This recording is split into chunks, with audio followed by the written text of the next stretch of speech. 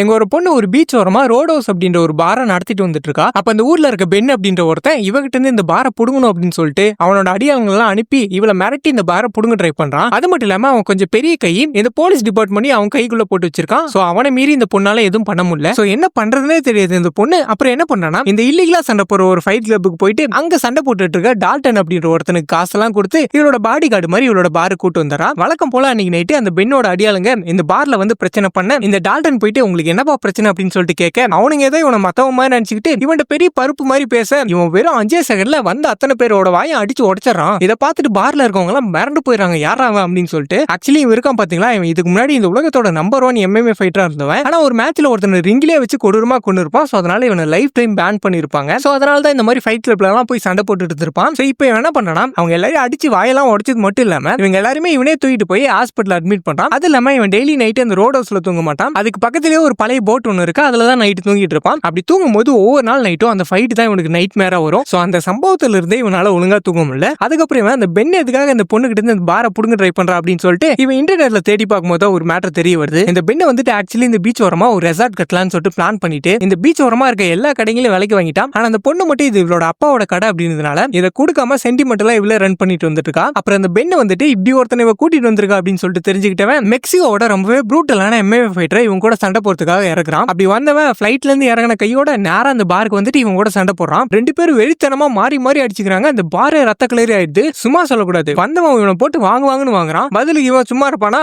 இவனும் போட்டு அடி அடியில் அடிக்க 2 பேரும் மாறி மாறி அடிச்சிட்டு இருக்கானுங்க.